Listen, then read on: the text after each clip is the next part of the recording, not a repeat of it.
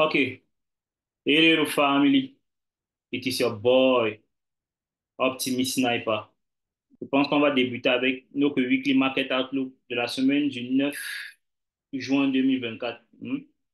Ok, déjà, comme vous le savez tous, j'ai l'habitude de faire mes analyses toujours. Je commence toujours par le monthly time frame parce que j'ai toujours envie de savoir ce qui se passe le monthly time frame. Vous savez, lorsque vous êtes en train de trader, en lower time frame, c'est-à-dire dans les time frames plus bas, il est toujours important de savoir quelle est la grande tendance. Parce que c'est la grande tendance qui bouge le marché, d'accord? La grande tendance se matérialise, les fondamentaux se matérialisent plus dans la grande tendance, d'accord? Et ce sont les fondamentaux qui bougent le prix. Donc, il faut toujours avoir une vision de ce qui est en train de se passer dans le higher time frame. C'est ce que je fais toujours. Pour chaque début de semaine, je le fais toujours régulièrement. Je ne le fais pas juste au début du mois. OK. Maintenant, avec le feedback de la semaine passée du NFP, et le grand dégagement haussier sur le DXY et baissier sur l'euro USD, j'ai eu à rechecker mon monthly time frame et à voir ce qui est en place actuellement. OK. Maintenant, en étant en train de penser comme un acheteur, puisque nous avons déjà un changement de tendance en daily time frame, quand je regarde le monthly time frame, le scénario qui est le plus aligné actuellement, c'est ceci d'abord. OK. Je pense que vous voyez depuis clairement en monthly time frame, rien n'a changé. Nous sommes toujours dans cette accumulation-ci. D'accord? Nous sommes toujours dans cette accumulation-ci. OK. Maintenant, dans cette accumulation, si on essaye d'étudier ce qui se passe dans cette accumulation, depuis qu'on a pris celle-là aussi, depuis on a eu la prise de celle-là aussi avec cette bougie-ci, on est carrément plus, on a pu réussir à faire un autre lot, d'accord? Ce lot-ci a été moins lourd que ce lot-ci, donc on a un affaiblissement de la tendance baissière ici. Et depuis ce temps-là, on a eu des bougies haussières. Maintenant, s'il fallait que le niveau de résistance ici pour les vendeurs, pour se matérialiser, on avait cette CB zone. Quand je parle de CB zone, ça veut dire ce sell side imbalance et buy side inefficiency. Donc, pour équilibrer le prix, les vendeurs pouvaient encore se matérialiser dans cette zone-ci. Quand je parle de cette zone-ci, pour ceux qui traitent à vous comprenez de quoi je parle. Cette imbalance-ci, le bas de cette bougie et le bas de cette bougie, et le haut de cette bougie. D'accord, cette imbalance-ci faisait office de résistance.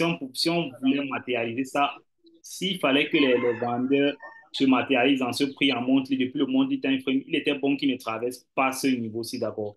Une fois que la bougie du monthly ici, la bougie haussière ici a clôturé en haut de ce niveau, en haut de cette imbalance, d'accord? Ce niveau, c'est un niveau de, si je veux prendre ça de façon basique, c'est un niveau de résistance qui a été violé, qui a été franchi et qui vient être retesté comme niveau de support maintenant. J'espère que vous comprenez ça. Même le plus bête en trading va comprendre ça, d'accord? Ce sont des trucs basiques. Niveau de résistance qui a été franchi devient niveau de support. Maintenant, ceci étant dit, je vois que là, le mois passé, le mois de mai, cette bougie baissière sur ce niveau de résistance, là maintenant, ce qui est plus clair à penser, c'est que nous sommes venus tester ça comme niveau de résistance. Et lorsque vous voyez la matérialisation d'un mouvement haussier, d'accord, les bougies baissières font office de résistance. Ça veut dire que le prix va, les banques, si je vais aller dans la, j'évite trop de parler de ce que je traite précisément pour essayer de ne pas vous embrouiller. Donc, je trouve les termes probas précis dans l'analogie basique pour que vous puissiez comprendre ça facilement d'abord. Donc, ce niveau-ci, ça fait un bon niveau de support. Donc, cette bougie rouge-ci, qui est venue tester ce niveau-ci, c'est de voir que pour ce mois, si j'étais un trader du monthly time frame, d'accord, la chose la plus facile à penser là maintenant, c'est ça. C'est de voir le prix monter ici comme ça pour le DXY, d'accord. Pour aller chercher premièrement, vous savez déjà, pour le mois, les deux premières liquidités qu'on va viser pendant le mois, c'est le previous monthly low et le previous monthly high. Voilà les deux liquidités du mois que le prix va aller chercher, d'accord. Il va aller chercher soit l'une, soit l'autre. OK. Maintenant, ceci étant dit, déjà dans la première semaine du mois, vous avez vu, le mois a ouvert ici clairement, d'accord. La matérialisation d'une bougie baissière, d'une bougie haussière, si on pense que le mois va être haussier, il était très bien que le mois fasse ceci. Je suis venu en graphique de bas. Ouais. Pour ceux qui font ma formation et à faire ma formation, ils connaissent bien, très bien ça. Pour ceux qui traitent, par exemple, à City, vous pouvez savoir que la matérialisation d'une bougie haussière, lorsqu'on veut voir une bougie haussière, on veut voir le prix ouvrir, aller créer le bas du mois et monter pour le reste du mois, d'accord. C'est ce qu'on veut voir dans le prix. Et le prix a clairement respecté ça pour le début de cette semaine. Vous voyez, le prix a ouvert ici ce mois. Il a ouvert ici la clôture de la bougie. S'il a ouvert ici, il est carrément venu chercher le previous monthly low. Il est venu chercher le previous monthly low ici. En même temps, regardez ce niveau-ci. C'est un niveau de support psychologique. 104 000, c'est un niveau de support psychologique. Ça veut dire le prix a, ça c'est une bonne distribution en fait du prix. Qu'il l'ouvre comme ça, il vient chercher le previous monthly low. Jumelé encore à quoi? À cet order block, c'est ce bullish order block, cette bougie rouge, d'accord. Une fois qu'elle a été franchie comme ça avec ce mouvement aussi, elle devient un bullish order block. Donc, c'est carrément une matérialisation d'un niveau de support ici. Ce niveau, ça, c'est carrément une matérialisation d'un niveau de support. Donc, la chose la plus facile à penser du point de vue du monthly, c'est qu'on vient chercher le previous monthly high. D'accord? OK. Maintenant, étant donné que j'ai eu à avoir cette analogie sur le DSY, je vais juste penser le contraire sur l'euro USD. C'est simple. D'accord? DSY, c'est l'actif par excellence. Le dollar est l'actif par excellence du marché. Donc, c'est le dollar qui draine régulièrement la majorité des paires de devises. Quand j'ai le sens du dollar, je connais effectivement ce que mon euro USD va faire. Vous savez, moi, je ne traite qu'une seule paire de devises. Je surveille plusieurs paires de devises pour pouvoir craquer certaines corrélations, mais je ne traite qu'une seule paire de devises. OK, la même accumulation qui est matérialisée sur le DXY, on peut voir ça sur l'euro USD d'abord. C'est matérialisé aussi sur l'euro USD. C'est simple à voir. Vous voyez cette accumulation ici aussi. On a cette accumulation ici sur l'euro USD. OK. Même chose pour une tendance haussière. Depuis ici, on a une tendance haussière. Pour une tendance haussière saine, vous savez qu'on veut toujours voir la création de nouveaux highs. Mais ici, dans le prix, en monthly time frame, on n'a plus la matérialisation de nouveaux highs. Le high ici n'a pas pu casser cet ancien high ici, d'accord? Ça veut dire que la tendance haussière en cours devient faible. Qu'est-ce qu'on a à penser? Maintenant, on pense plutôt à une tendance baissière. Pour ce mois-ci, voir maintenant encore le prix ayant fait le contraire de DSY. Le prix a ouvert sur l'euro USD, il est carrément allé chercher le previous monthly high. Il a activé aussi quoi? Un niveau de support, un niveau de résistance psychologique. Regardez ici là, 1,09000, d'accord? Ça, c'est un niveau de résistance psychologique. Quand je parle de niveau psychologique, c'est quoi? C'est un niveau que les banques et les grandes institutions vont régulièrement utiliser. Et ce niveau peut juste se matérialiser par plus de zéro, d'accord?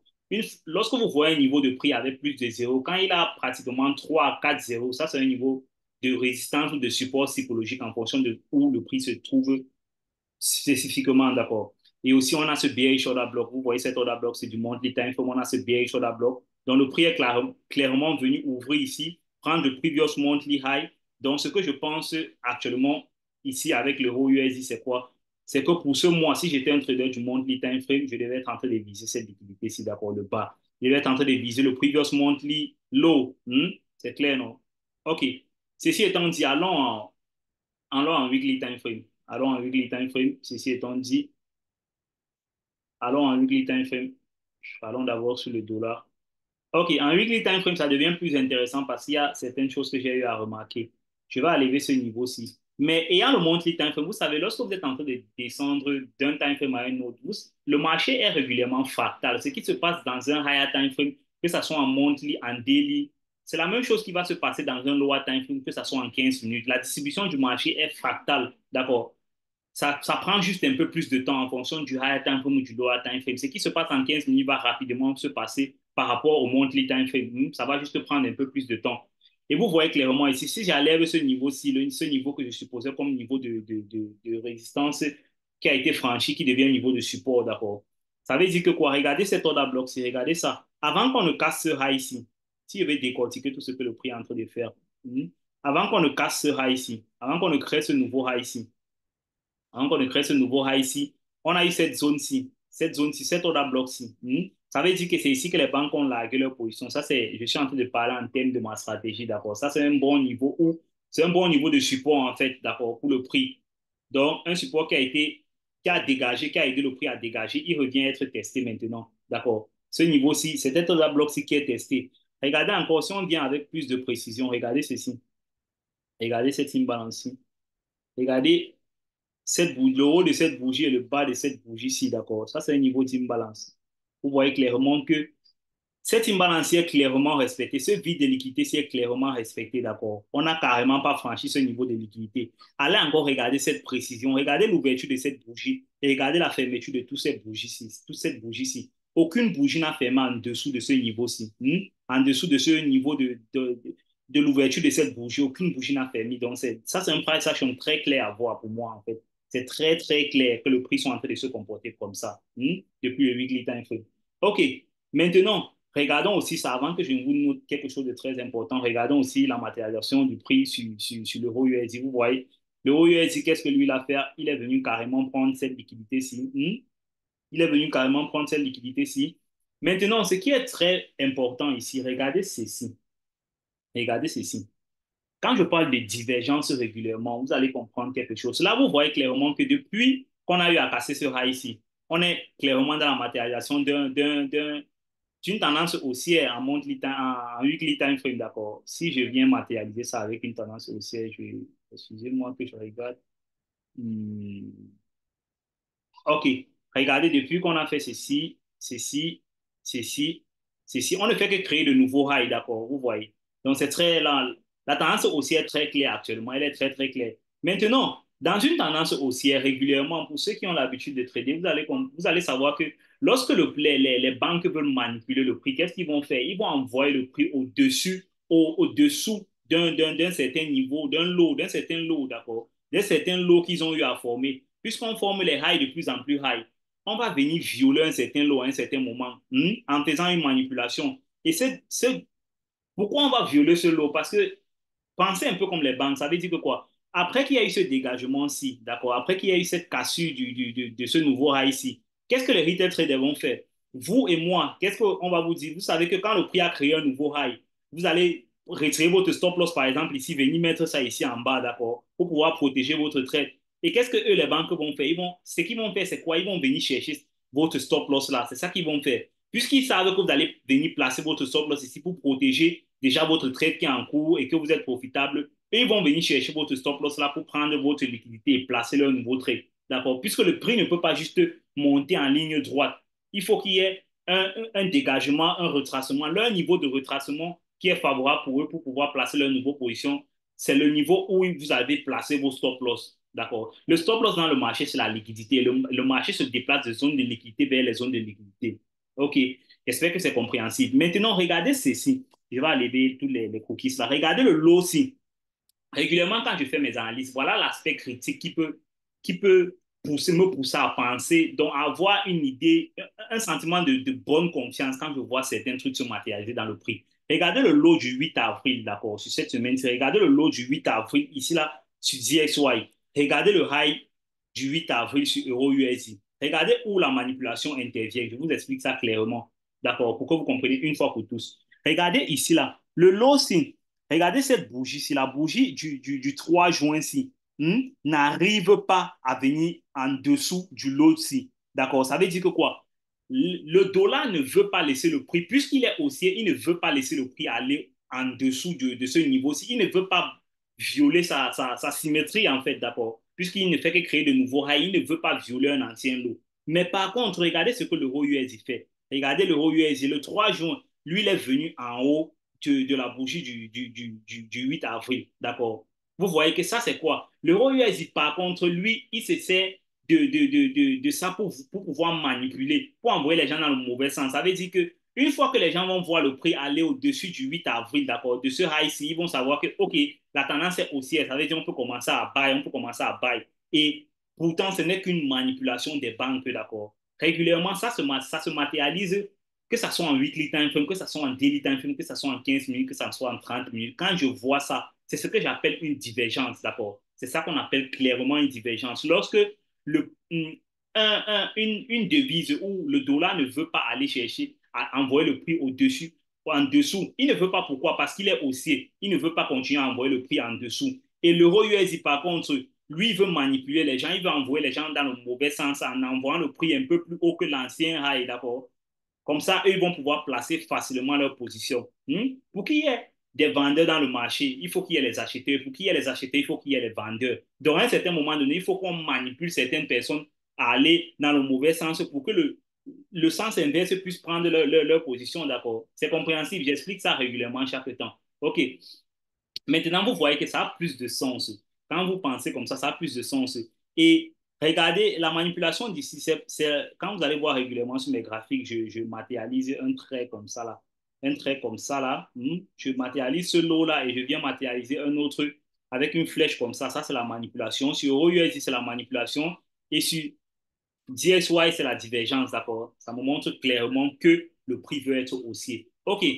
Maintenant, si on vient à penser à la liquidité de semaine, les deux premières liquidités à viser, c'est le previous weekly high et le previous weekly low, d'accord. Sur DSY, carrément, on a clôturé, la bougie a carrément clôturé à son extrémité. Donc, le previous weekly high est très proche. Mais la prochaine liquidité visée sur l'euro US, sur le DSY, c'est quoi? C'est ce high ici. Donc, la première liquidité que moi, je vais viser pour cette semaine sur le DSY, c'est la liquidité ci, d'accord, le high ici. Même chose sur l'euro USD. Qu'est-ce que je vais viser comme première liquidité? C'est le low ci. Le low ci. D'accord. OK. Je pense que le price action sur l'euro, sur le weekly time frame est très clair, non? C'est très clair. Notez aussi que, je veux vous noter ça parce que je vais vous parler de ça en daily time frame. Ça, c'est un order block, d'accord? Ça, c'est un daily order block. C'est le middle. Et quand on a affaire à travailler avec un order block régulièrement, les niveaux les plus importants, c'est l'ouverture de l'order block, le milieu et le high, d'accord? L'ouverture, le milieu et la clôture. Voilà les prix qu'on travaille avec pour un order block. OK, descendons maintenant en daily time frame. Ça, c'est mon time frame par excellence, d'accord? C'est le time frame avec lequel je travaille le plus parce que j'ai régulièrement un bon feedback avec ce time frame. OK, vous voyez qu'en daily time frame, ça donne encore un peu plus de sens. Régulièrement, j'annule tous mes graphiques là pour que vous puissiez voir ça de façon basique et regardez. Ce lot-ci n'est pas venu en dessous de ce lot-ci. Et regardez plutôt par contre sur l'euro USD, lui, il est venu ici au-dessus de ce high ici. Maintenant, qu'est-ce qui est en train de provoquer tout ça? C'est ce niveau-ci. Regardez cet order block-ci. Vous voyez qu'on a juste accumulé toutes les liquidités ici en haut comme ça là, dans cet order block-ci. Et le niveau de résistance psychologique ici là, 1,0900. Voilà ça qui est matérialisé ici là en daily time frame. Vous voyez 1,0900. Vous voyez que c'est un niveau clairement qui a été respecté, d'accord. Et pareil sur le DSY, vous allez voir là, 1, c'est 104, c'est 104 quelque chose. Ouais, 104 000, vous voyez, ça a été respecté. Aucune bougie n'a fermé en dessous. OK. Maintenant, ceci étant dit, ça veut dire que pour cette semaine, moi, je vais être haussier sur le DSY, clairement dit, et je vais être baissier sur l'euro USD. OK. Maintenant, pour cette semaine qui va venir, régulièrement, vous devez savoir que lorsque moi j'aborde une semaine, je travaille aussi avec le calendrier économique. Ça veut dire, je regarde les news qui vont être distribuées pendant la semaine. Parce que vous savez, quand il y a les news dans une semaine, c'est à ce moment-là qu'il y aura soit la manipulation, soit la distribution. Maintenant, c'est de votre travail en tant que trader de savoir s'il s'agit d'une manipulation ou s'il s'agit d'une distribution en fonction du profil de semaine que vous aurez à faire, d'accord? Maintenant, si je viens regarder ici la semaine, déjà, je tiens à vous noter que pour cette semaine-ci, on a les taux d'intérêt, la publication des taux d'intérêt sur le DXY. Ça veut dire, ça, sur le dollar, ça, c'est une semaine qui est très importante aussi. C'est une semaine vraiment à prêter attention à ça, d'accord. Ça va être décisif aussi pour la suite du mois. Regardez ici, là, la Fed programme le 12 juin de publier les taux d'intérêt, d'accord. Régulièrement, depuis les taux d'intérêt sont bloqués à 5,50%, d'accord. Les banques maintiennent ces taux d'intérêt depuis. Donc, on va voir ce qui va se passer pour le 12, je pense, le 12 tombe mercredi. Si vous venez voir dans le graphique, le 12 tombe mercredi. Oui, si vous venez voir dans les news, ici, vous allez vu, d'accord. On voit Core CPI, on voit Federal Funds Rate, vous voyez, Federal Funds Rate 6, voilà, c'est ça ici. C'est la Fed, d'accord. La Fed va publier ses taux d'intérêt mercredi à 19h. OK. On a encore FOMC. Donc, ça, c'est une semaine on a encore FOMC, oui, à 19h30. Ça, c'est une semaine qui va être mouvementée en fin de semaine, d'accord. Vous voyez, lundi est un peu calme. La journée de lundi est très calme. Il n'y a aucune news là. La journée de mardi, pareil, il n'y a aucune news sur le dollar, en fait. Quand je parle d'aucune news, je parle sur le dollar. On a un medium news ici, là. Ça veut dire une news à faible impact, d'accord. On a une faible news sur le USD à 18h mardi. Donc, mercredi, à partir de mercredi, la semaine commence à être très, très, très décisive. OK, ceci étant dit, ça ne veut pas dire que vous ne pouvez pas trader lundi, mardi, ou ça ne veut pas dire que lundi, mardi ne seront pas de bons jours. Ça veut juste dire qu'il y a de fortes probabilités que à partir de mercredi, soit il y aura une manipulation contre la tendance qui s'est matérialisée de lundi à mardi, soit il y aura une distribution pour pouvoir favoriser l'expansion du range de la semaine, d'accord? Maintenant, ceci étant dit, la première des choses que je constate sur le daily time frame, c'est qu'on est déjà très proche du draw liquidity. Quand je parle du draw liquidity, le draw liquidity, c'est quoi? C'est le niveau que le prix est en train de viser, d'accord? Ce dégagement, si cette bougie-ci, vous voyez clairement, en daily time frame, on a eu un SMS, d'accord? Le prix a fait pour former un nouveau high. Vous voyez tout, depuis la tendance haussière ici, le prix n'a pas pu créer un nouveau high ici, là. Le prix étant à ce niveau, s'il fallait qu'il crée un nouveau high, il n'a pas pu créer un nouveau high, il a plutôt cassé un ancien low. C'est pareil ici sur le DSY. Il n'a pas pu créer un nouveau low et il a cassé un ancien high, d'accord. Donc, clairement, on voit qu'on a un change in the state of derivative, d'accord. Le prix commence à viser les SSL dans la liquidité baissière. Maintenant, le droit en liquidity ici est très proche pour moi. Pour la journée de lundi, le droit en liquidity est très proche. Ça veut dire, le droit en liquidity, c'est ce niveau-ci. Voilà la liquidité que je veux voir le prix être en train de prendre pour le début de semaine. Ce lot-ci. C'est ça que j'ai marqué là, comme ça. Vous voyez ce lot-ci. Pareil sur le DSY, sur le dollar, c'est ce high ici que je veux voir le prix être en train de viser rapidement parce que c'est très obvious, d'accord? C'est très clair à voir que c'est cette liquidité, c'est ce high ici qu'on est en train de viser. Maintenant, lorsque vous voyez régulièrement une bougie dégagée comme ça avec une très grande amplitude, d'accord, tout ce vide de liquidité-ci, là, régulièrement, il va être comblé, ce vide de liquidité-ci. Quand je parle d'être comblé, je ne sais pas quand est-ce qu'il va être comblé. Ça, c'est une chose que tu ne peux pas savoir. Mais les banques ne vont pas laisser tout ce vide de liquidité. Si ce vide de liquidité, si dans cette liquidité, il n'y a que eu les ventes qui ont été distribuées. Et régulièrement, le prix ne se distribue pas comme ça, d'accord? Il faut qu'on équilibre. Il faut qu'il y ait les ventes, il faut qu'il y ait les achats. Donc, toutes ces zones-ci, il n'y a que des vendeurs, il n'y a que eu des ventes, il y a une très grande, forte pression baissière. Donc, le prix, je pense que le prix doit corriger un peu cette imbalance, d'accord? Tout ce vide-ci, depuis ce niveau-ci, depuis le bas de cette bougie-ci jusqu'ici en haut, je pense que le prix doit corriger ça. Il peut ne pas corriger ça là maintenant, d'accord? Mais à un moment donné, dans le futur, il va corriger ce niveau-ci. Donc, pour moi, pour la journée de demain, de lundi, est un peu très délicate, puisqu'on est déjà très proche du tronc en liquidity. Donc, pour la journée de demain, je vais être pas dans mon agir de trader. Je ne pense pas que je vais trader la journée de demain lundi. Parce que je pense que soit on va venir rapidement prendre ce niveau-ci, et ce niveau-ci, on n'a plus que 10 pips, d'accord? On n'a plus que 10 pips.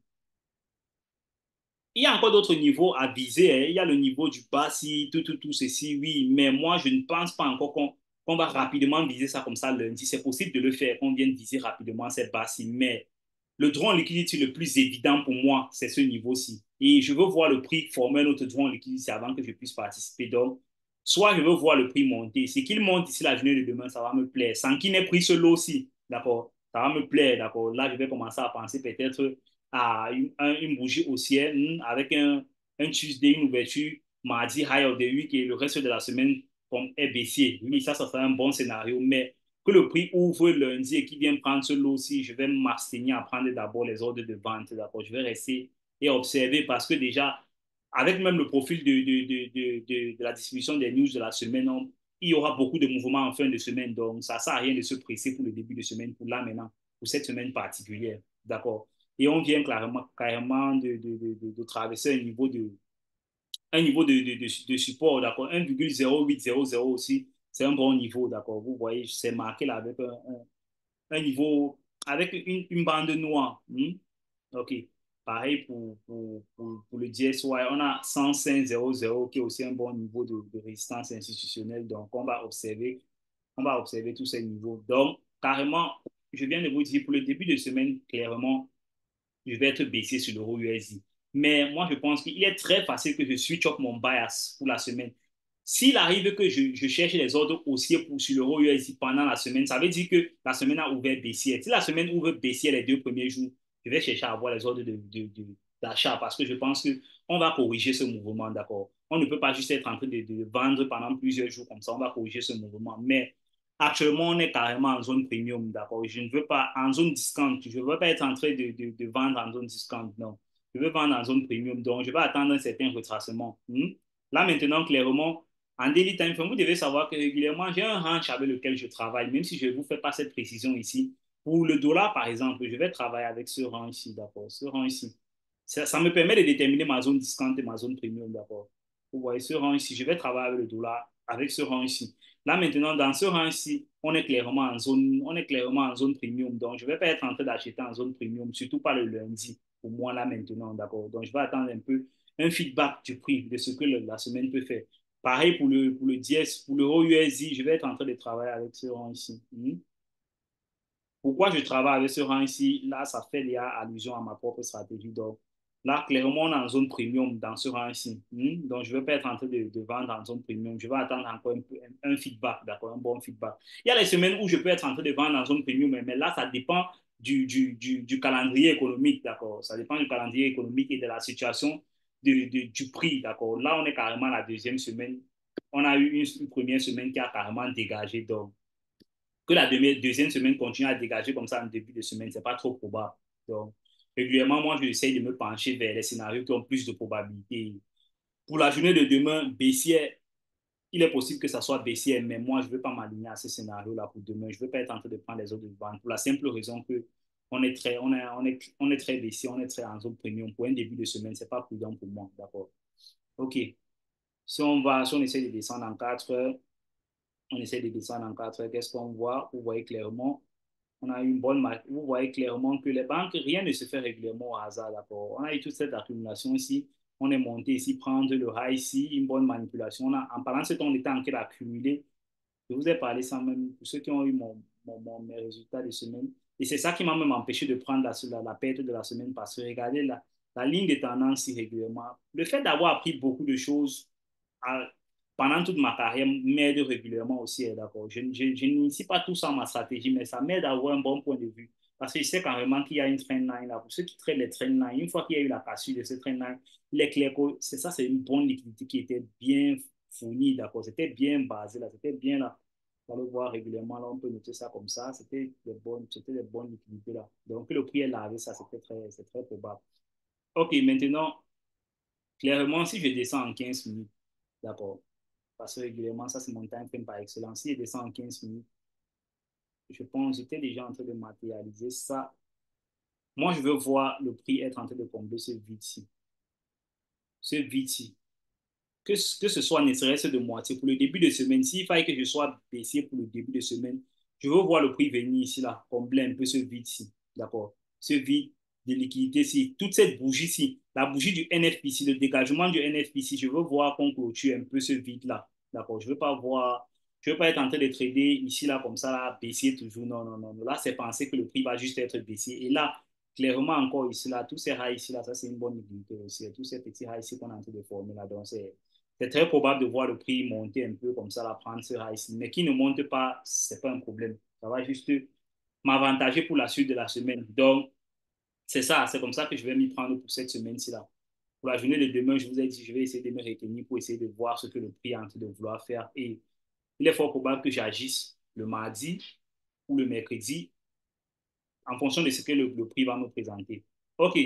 Donc, clairement, pour le début de semaine, la liquidité visée ici, là, c'est clairement ça. On peut voir la liquidité ici être prise, d'accord. C'est cette liquidité-ci qui a avisé pour le début de semaine. Donc, je vais observer. Pareil sur le DSY. Je veux voir le prix être en train de venir.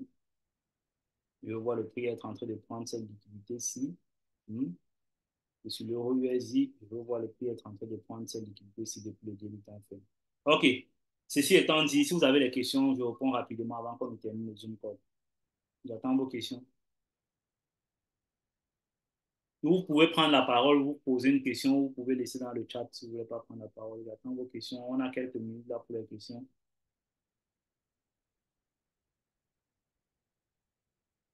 Il n'y a pas de questions. Quelqu'un a une préoccupation?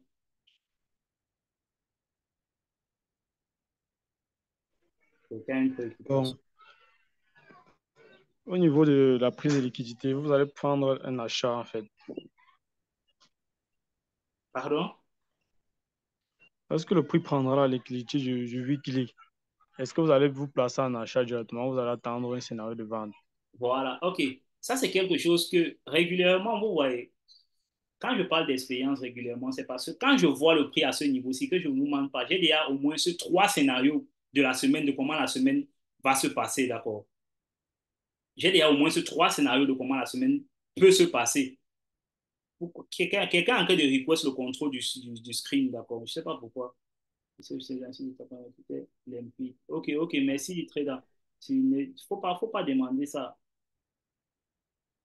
Il ne faut pas demander. Ok, comme j'étais en train. Qui est en train de faire ça? Comme j'étais en train de dire tantôt. Pour le début de semaine, si la journée de demain, d'accord, les scénarios que je garde en tête pour faire le contre-tendance, parce que régulièrement, pour faire le contre-tendance, il faut être très délicat, d'accord. En faisant le contre-tendance régulièrement, moi, je sais. I hate niggers. I hate niggers. I hate niggers. I hate. Bitch, I hate niggers. And you are a nigger. Every single day. Did you? You stupid nigger. Son of a bitch, I hate niggers. And you are a nigger. Every single you stupid nigger. Shut up, bitch. I hate niggers. And you, alright, nigger. Every single jackass I play with, you're stupid nigger. I hate niggers. I hate niggers. I hate niggers. I hate niggers. I hate niggers. I hate niggers. I hate niggers. And you, I hate niggers. I hate niggers. I hate niggers. I hate niggers. I hate niggers. I hate niggers. I hate niggers. I hate niggers. I hate niggers. I hate niggers. I hate niggers. I hate niggers. I hate niggers. I hate niggers. Tu vas arrêter, je vais I rentrer. hate niggers. I hate niggers. I hate niggers. I hate niggers.